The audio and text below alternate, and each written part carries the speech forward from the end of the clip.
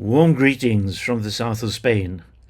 My name is Matthiessen, and I'm delighted to be with you, in spirit at least, sending you the best of vibes for your day of research excellence across the Mediterranean Sea. The topic I was asked to speak to is mistakes to avoid in research design. Let me begin by saying something about the context of research. The first step in research is to know the context of research. And so possible mistakes in research design would be not knowing the context of research, not specifying the values of the field of research, the tenor of the relations, roles of those involved in the research, and the mode, the parameters, these three parameters of research context.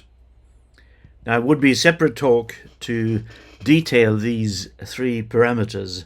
They're the general parameters of context, the context of anything we undertake, where the field includes research activities, for example, reviewing literature, expanding theory, planning experiments, doing the experiments, and so on, including the choice and staging of methods in research, and the research domains.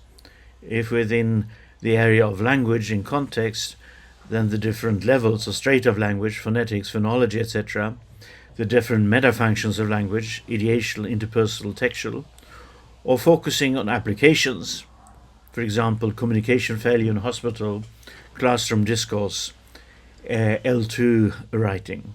Tenor, this concerns the roles of the research team members, possibly also taking into account clients, organization, the whole role network that we engage in when we plan research, when we design research. And this involves the institutional roles we take on, we assign to others. We also need to consider the power or status roles, for example, in degrees of expertise, in degrees of control of the research projects, contact, how well do we know one another, and relation, what are our attitudes towards the research, towards the activities, towards the domain, and so on. And finally, also medium, say, for example, in carrying out the design or the actual research, the complementarity of spoken written language, the channel of team communication, collaboration, say face-to-face, or using the current tools of the World Wide Web and mobile devices and so on, how we tool the researchers, and a rhetorical mode. Is it an exploratory study we're planning, or a blue sky kind of project? Does it replicate or does it innovate? All these would be subject for another talk or two. But the point is, we should be clear about the research context when we design our research. And that, of course, also involves the staging of the activities. There are many displays setting out the stages. Here is just one, 8 stages, starting with identifying the problem, research, reviewing the literature, setting research questions, objectives, hypotheses, choosing the study design, deciding on the sample design, collecting data, processing, analyzing data, writing the report, and then back to the beginning. And here, possible mistakes would include not specifying the sequence of research processes very clearly, and perhaps more likely not matching research questions to the research of research methods. That's a major issue for any research project, and it's one where we're likely to be scolded by any reviewers of research proposals, especially if the reviewers don't understand the research methods we use in our particular discipline or subdiscipline. So very important then is to consider time, the timeline in which we locate our research design, and then also match this to considerations of the scope of the research project that we developed the design for.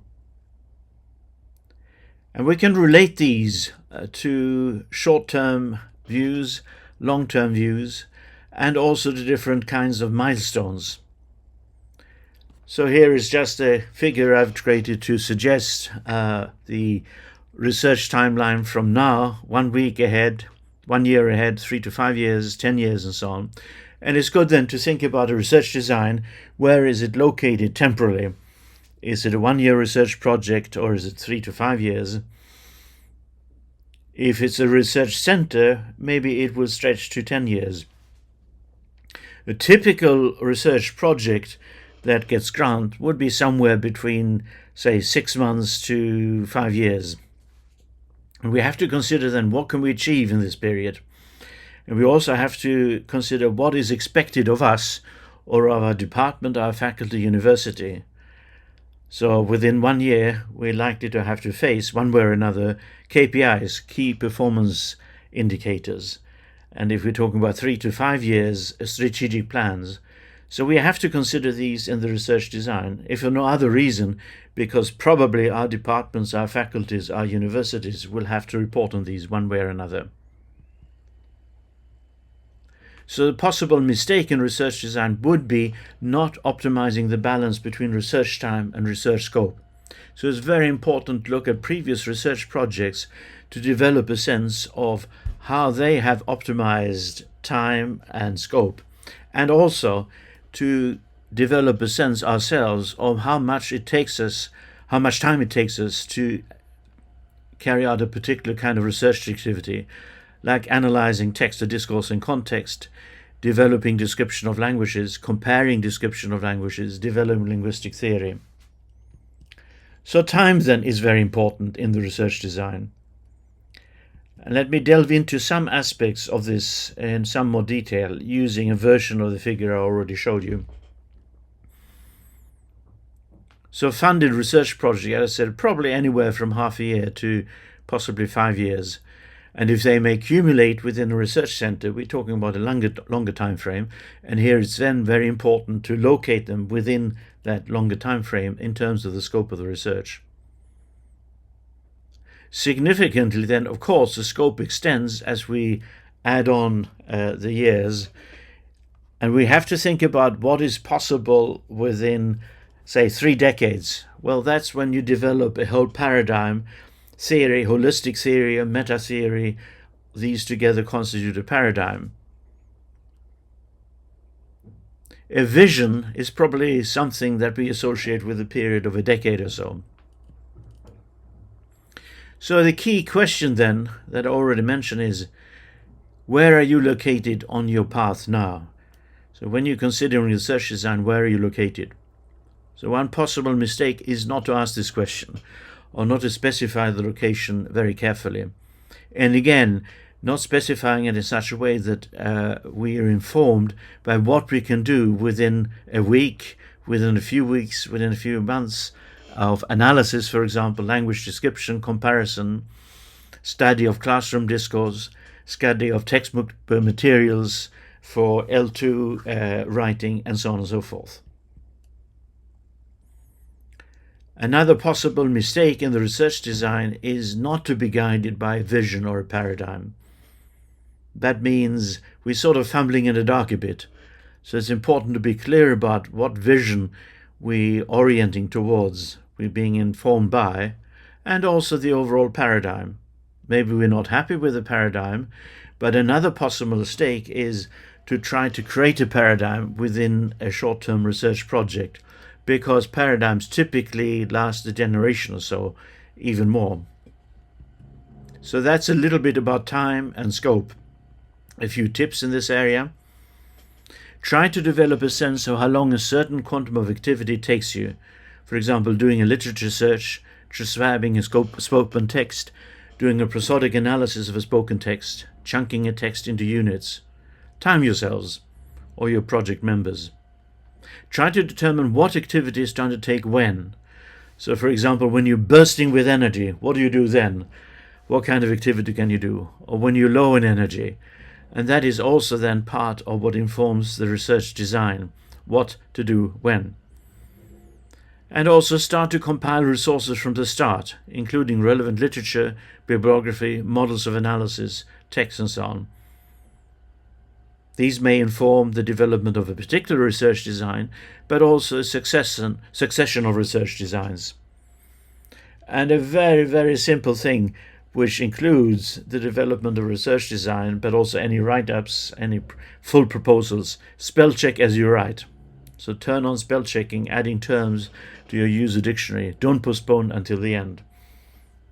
That's a general principle of doing small things along the way, so that we not end up with the big mountains at the end.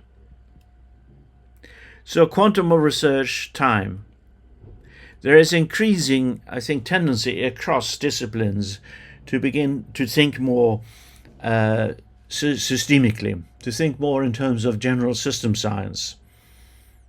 A couple of popular representations of this, but by scientists. One is Fritjof Capra's book from the 90s, The Web of Life, and a book that builds on that, Capra and Luisi, Systems View of Life, a Unifying Vision. So that is one of the considerations I had in mind when I said, be guided by the paradigm. What's the nature of the paradigm? Now, if we engage in linguistic activity, it's important to be aware of the different time frames for text analysis and language description. So text analysis can be done within a few days, a few weeks, depending, of course, on the volume of text. Language description takes a considerably longer period of time. Describing a language from the start, Bob Dixon has suggested 3 years. Michael Halliday suggested a good description takes probably 5 to 7 years. And a good description means one that is useful for the community of the speakers whose language is being described. So being aware of this is part of being aware of the different linguistic activities we undertake in doing linguistics or applied linguistics and how long they take. So we could say roughly this has to do with the domain that has to be covered. If we're doing text analysis, even if we collect a lot of text, the domain is relatively small. If we move up to the description of one language, the domain is much larger. We have to have a large sample of text to be able to carry this out, a reference corpus. We're talking not millions of words, but tens of millions or hundreds of millions of words. And if we want to develop theory in linguistics, or applied linguistics, the domain is even larger, because theory means it applies to all manifestations of modern language as opposed to archaic language. So amount of time required is very important to build into the research design. And you can think about these in relation to the domains or regions of applicability. If you do text analysis, there are lots of things that you can address in a research proposal: translation studies, healthcare communication studies, forensic linguistics, critical positive discourse analysis, lots of educational applications. Description of comparison, other domains of applicability in educational linguistics, contrastive linguistics, for example. And theory, again, other domains of applicability. So it is also important to consider this in the research design. In particular, we're probably asked to say something about the impact or knowledge transfer of the research being undertaken. So when we think about doing research, it's really a matter of going from the present, where we can formulate research questions, objectives, goals, problems, and then imagine the future where we have answers to the questions, where we meet the objectives, where we achieve the goals, and we have solutions to the problems. And a very key part of building this bridge is the selection of methods. So again, a possible mistake in research design is not selecting research methods appropriate to bridging the research gap. So we have to make sure that this matches very carefully. Let me say something about the research methods. And I've conceived of research methods as a resource, so a system of choices we make in developing a research design. So research methods as resource, options, or choices in research. And one that is very much the standard of discussions of research is, of course, qualitative versus quantitative. Methods involving describing, typically in language, and methods involving measuring in the research. And the key question is then, what do we need to be able to make an informed choice, an effective choice, a productive choice in our research design. So the research methods together constitute a network of simultaneous and ordered systems of choice. Here's a whole system. I won't be able to go through the different methods, but a number of them, if you're asking about linguistic research methods, you can see the curly bracket are simultaneous, qualitative, quantitative, experimental, non-experimental, analysis, synthesis, primary data, secondary data. And finally, do you stop or do you go on and make a selection again to achieve what's often called mixed methods, and I prefer to call complementary methods. So I talked about the context of research. And so let's look at the example of the choice between qualitative and quantitative research methods. So we try to make an informed choice, and that means we consider the field, the nature of the activity, surveying, hypothesizing, observing, experiment, and arguing, and so on, the tenor, the nature of the researches. So, for example, the disciplinary expertise. Do we have expertise in quantitative research in the research team, for example? Do we have statisticians, for example? And the mode, including obvious things like research facilities, equipment, the infrastructure. So these are considerations that we draw on within the research context when we consider in the research design what are optimal choices among methods.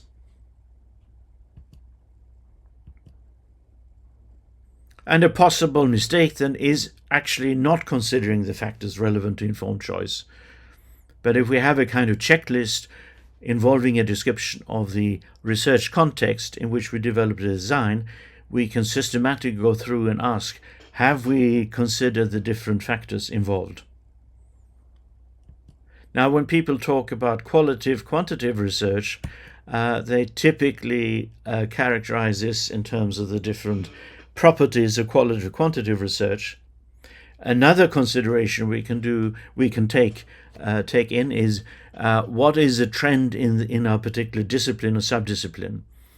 So if you look at a period of about 30 years from the 1990s and you use Google's Ngram Viewer, looking at the books that I have digitized, you see that, interestingly, the frequency of mentions of qualitative research increases over this period. Quantitative is fatter. So that may be relevant to consider in your particular subdiscipline or discipline. So not determining the popularity of methods, thus not drawing on existing methods, is a possible problem in research design, in particular when you consider who will review the research proposal. And I think we know, unfortunately from experience, the reviewers are not very imaginative in terms of being able to think of research methods outside of their own experience. So it's very important in research design to consider who are the members of the panel who will judge your research proposal if you're at that stage. So testing hypothesis in quantitative research versus formulating hypothesis, that's a matter of field of activity. If he expresses in matter, in numbers of words, that's a matter of the semiotic system that is most important in the particular method we choose. Larger sample, smaller sample, that's a kind of instantiation in our model of language and context. And mathematics, statistical analysis versus summarize, categorize, interpret, that's also field of activity, specifically the semiotic system that is foregrounded in the choice between these two quantitative and qualitative research methods. So in quantitative, of course, some branch of mathematics, in qualitative, language.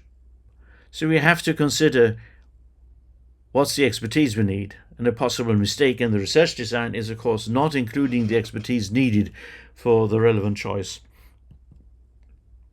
Now, actually, like a number of other choice and research methods, these are complementary. As to look at another choice, automated and manual analysis of corpora of text, of discourse. So a possible mistake in research design is not considering complementary research methods and not evaluating their pros and cons. So always make a choice of research method against the background of the factors in the research context, with full awareness of the pros and cons of the research methods, and so the potential for choosing again to choose the other method as a complementary approach. So, for example, if the research is qualitative, describing, then a danger in research design is to build in an approach that's just pecks at the data, as it were. And we have various warnings in the literature about cherry picking. Or cherry picking is defined in the Wikipedia as suppressing evidence or the fallacy of incomplete evidence in the act of pinpointing to individual cases and so on. Now, this has been particularly prominent in discussions of research methods in critical discourse analysis. But around 2008 at Lancaster University, Paul Baker, Ruth Wodak, and others took a major step to introduce the quantitative methods of corpus linguistics. But then again, the question is, how do the qualitative and quantitative forms of analysis complement one another in critical discourse analysis? So we avoid just pecking at the text, an individual person just pecking at the text. Now, this is then located among the other methods, and we can look at studies. This is very important in building the research methods design. We can look at studies that show the pros and cons, but also that show models of previous research.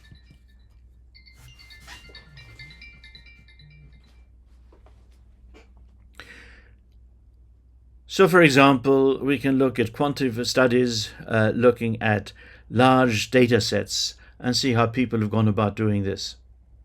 Now, I pointed to the importance of the possibility of choosing again. So that means not just stopping with one set of choices, but going on to choose. And that's when we get complementary methods, or as the literature typically calls them, mixed methods. So a possible mistake here is not working out the nature of the complementarity. Let me just consider very briefly the complementarity of manual and automated text analysis, because this is central to so many research designs in linguistics, applied linguistics. What's the complementarity of manual and automated? So if you choose both, going through the choice of methods more than once, what are the considerations? Manual, and then you go on to choose automated, or the other way around.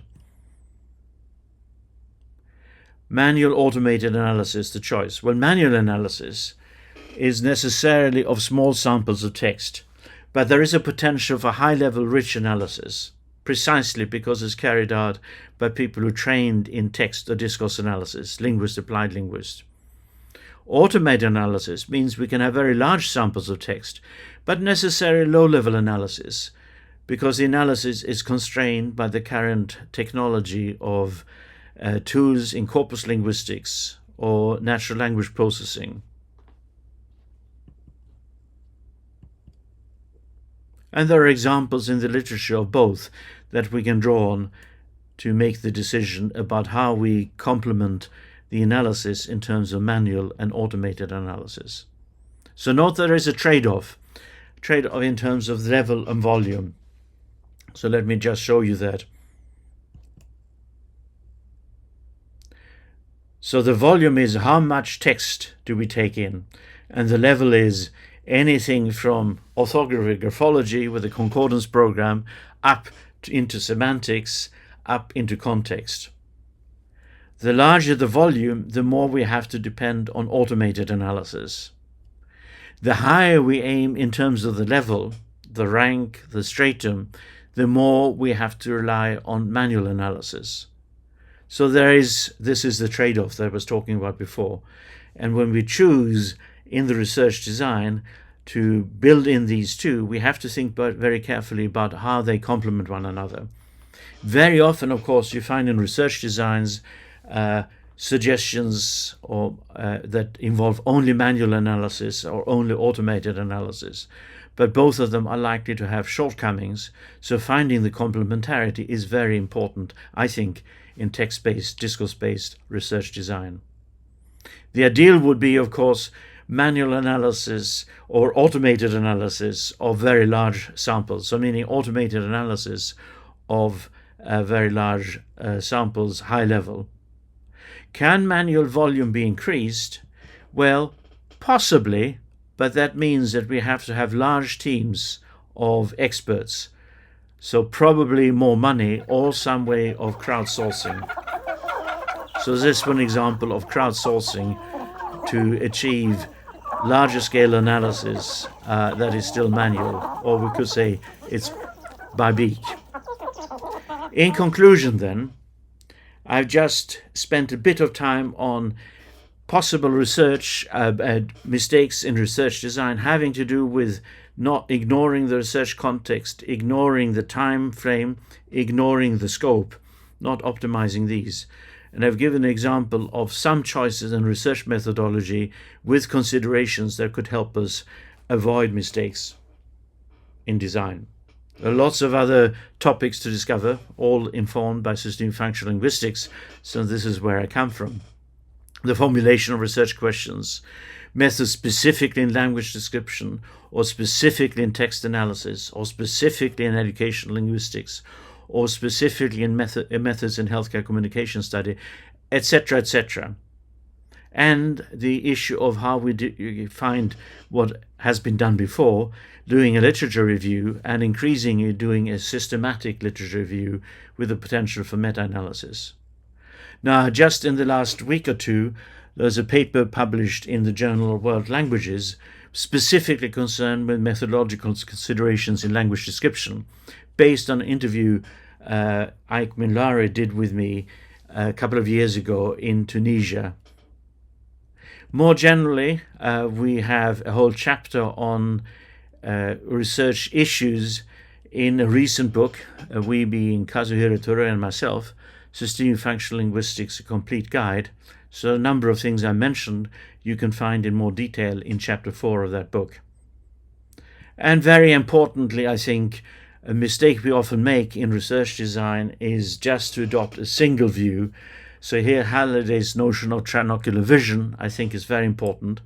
For example, if we undertake research involving text, we should consider all angles on the text from below, what we'd be doing in corpus linguistics, for example, a lexicogrammatical or even orthographic view, from above, from the context in which the text operates, and then from round about, from the level of the text themselves as processes or units of meaning. And here, again, a possible mistake is not to move around, not to shunt around, and ensure that we have adopted trinocular vision. Because even if we can't follow through on all the visions, we should be aware of the complementarity built into them and what we overlook if we only adopt one angle. So systemic functional linguistics, of course, draws on Michael Halliday. We're about to celebrate the centenary of his birth on the 13th of April, 1925, next weekend. And I just conclude by saying that the Hallidayan potential for engaging with language and context is vast. That includes research design. And it's vast in large part also because it's collective. And that was his way of operating, always in dialogue with others. And he always raised the question of how big is language? And the answer was huge. So that's an interesting key point to end with. Thank you very much for your attention. See you in person at some point, I hope. All the best with your research day.